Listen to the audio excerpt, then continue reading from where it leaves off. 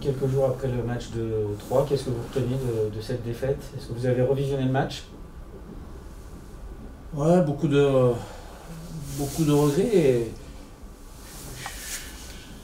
Je ne vais pas jouer les pleureuses, mais ce que je me dis quand on joue une grosse équipe comme ça, parce que c'est une grosse équipe du championnat, et qu'on atteint de petits paramètres, de petits faits de jeu un petit peu au contraire, c'est dur de faire quelque chose de bien au niveau du résultat, un penalty d'entrée, un but refusé à la fin.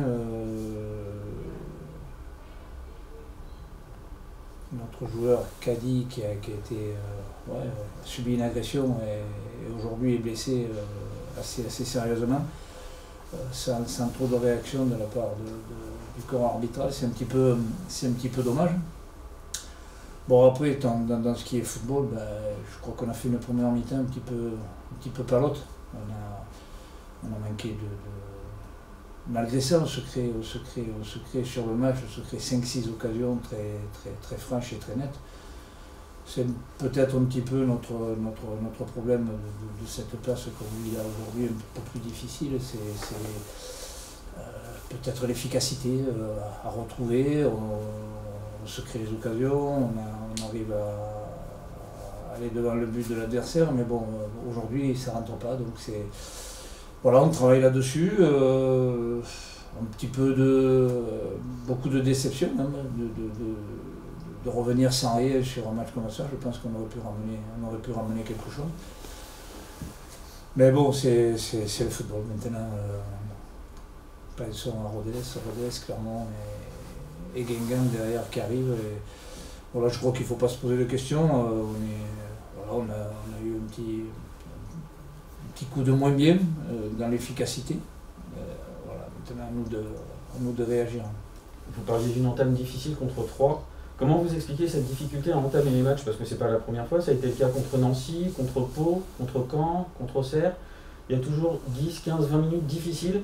Comment on explique cette difficulté à démarrer le match? C'est de trouver la solution. C'est pas de ne pas en parler, c'est pas de pas le remettre sur la table à chaque match. C'est vrai que c'est un petit peu récurrent depuis le début de saison. Il n'y a pas beaucoup, il y a un ou deux matchs où on a bien entamé le match, mais là c'est vrai que ça devient un petit peu récurrent.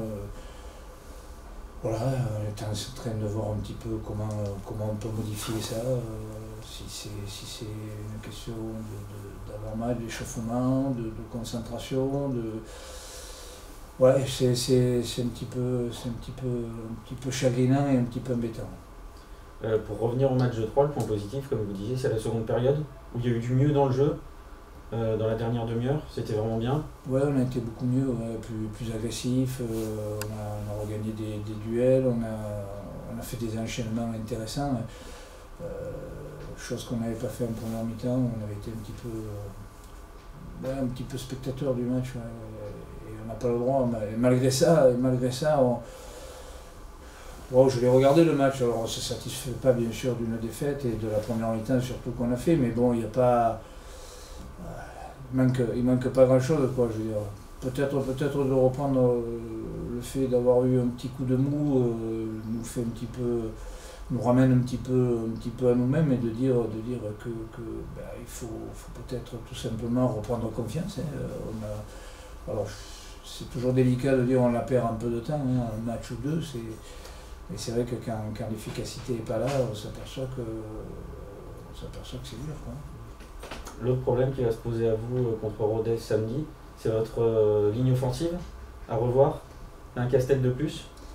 Ben ouais, ça tombe pas très bien. On a comment il s'appelle, Morgan Guilavogui et Julien Lopez qui sont suspendus. Ben on va faire avec, comme je le dis depuis le début et comme on aurait pu s'y attendre. Bon, c'est vrai qu'on préfère que ça vienne au compte-gouttes et que ça arrange bien poste par poste, tout ça, mais bon, ça s'écrit pas à l'avance. Le fait d'avoir deux joueurs offensifs comme ça, de suspendus, ben on a du monde qui est là, on a des garçons qui ont moins joué, donc des garçons qui vont avoir la possibilité de montrer ce qu'ils savent faire, quoi. Tout simplement. Je crois qu'il ne faut pas trop non plus, il faut pas trop se prendre la tête. Je crois que ouais, c'est un handicap, c'est embêtant. En plus, comme je te disais tout à l'heure, la blessure de Warren Caddy est quand même quelque chose de pénalisant. Il ne faut pas oublier que nous, on a eu un joueur pénalisé pour 4 matchs après coup, sans avoir pris de carton jaune, sans avoir eu de... C'est un petit peu dommage de perdre un garçon dans ce contexte-là, sans qu'il y ait de réaction ou de sanction. Ça fait que ça en fait un de plus, ça fait quand même 3 attaquants sur le carreau. Donc ben on va faire, je ne dirais pas qu'on va faire avec ce qu'on a, mais on va faire avec les garçons qu'on a, et je suis sûr qu'ils sont capables de relever le défi. Vous parliez de 3 absents pour samedi, on joue contre un 4e, c'est vous? Vous serez en tribune? Qu'est-ce que ça change avec le confinement et l'absence de spectateurs, un coach en tribune? J'y pensais plus. Ben, je vais pouvoir m'exprimer, je vais pouvoir crier, encourager. Non, c'est le seul truc que je regrette, parce que bon, il y aura tout le staff qui sera sur le banc, et je suis sûr qu'ils le feront très bien, c'est d'être un petit peu loin, quoi. Je veux dire, c'est que bon, il y a des stades où on est juste à côté, et bon, que ce soit le banc ou la tribune, il n'y a pas trop de différence. Là, je serai un peu plus loin, mais bon, je regarderai ça, j'aurai peut-être une place qui est pas inintéressante, avoir du recul d'un peu plus haut, et peut-être d'être moins dans le match et moins joueur. Quand je dis moins dans le match,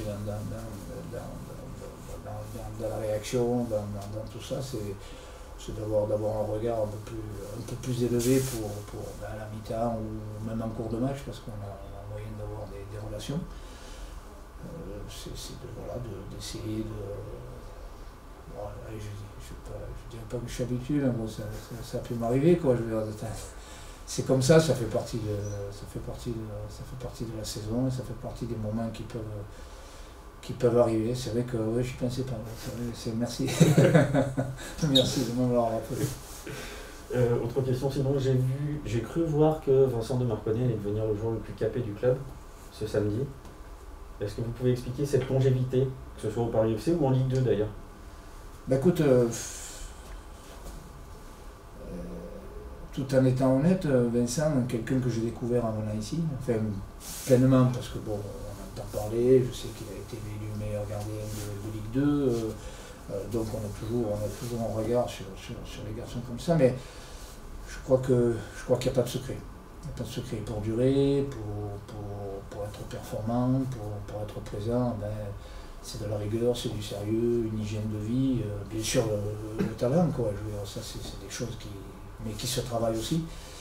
Et je crois que Vincent a montré que voilà, ben, c'était un garçon sur qui on pouvait compter, bien sûr. Quand je suis arrivé, c'était un garçon qui était un petit peu en difficulté, peu importe, c'est comme ça, mais qui s'est remis en cause, qui a retravaillé et qui a retrouvé assez logiquement sa place. Donc la longévité, ça veut dire que c'est un garçon qui est bien dans le club, qui a, comment je pourrais dire,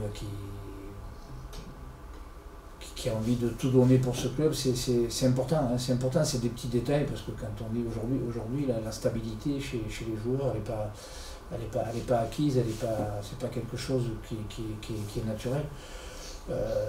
Donc ben, il en existe encore. Je crois que Vincent fait partie de cette caste-là qui a envie,